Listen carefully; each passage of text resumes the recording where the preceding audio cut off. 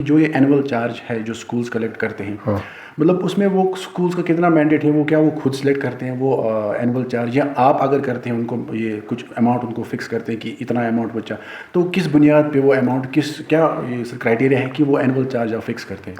Act में जो provide किया है 3 किस्म के फीस पर परमिसिबल है जो स्कूल चार्ज कर सकता है। एक है ट्यूशन फीस, एक है एनुअल फीस, दूसरा है ट्रांसपोर्ट फीस।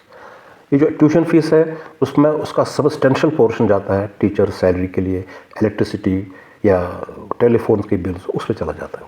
ये एनुअल फीस होता है, ये स्कूल जो फैसिलिटीज़ प्रोवाइड करता है बच्चों के लिए। से फॉर इंस्टेंस कोई जनरेटर चल रहा है, किसी के पास एसी है, किसी के पास प्ले ग्राउंड्स है, किसी के पास स्मार्ट क्लासेस हैं, और बाकी जो जितनी भी फैसिलिटीज़ होती हैं उसकी वो चार्ज लेते हैं। उसका जो कैपिटल इन्वेस्टमेंट है, सपोज किसी ने एसी 10 लगाने हैं, वो कैपिटल इन्वेस्टमेंट स्कूल ने खुद लगाना है।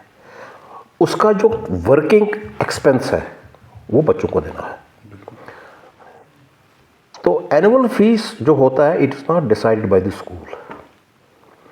उसका तरीका होता है, वो अपना ऑडिट रिपोर्ट जब देते हैं उसमें होता है रेवेन्यू और एक्सपेंडिचर।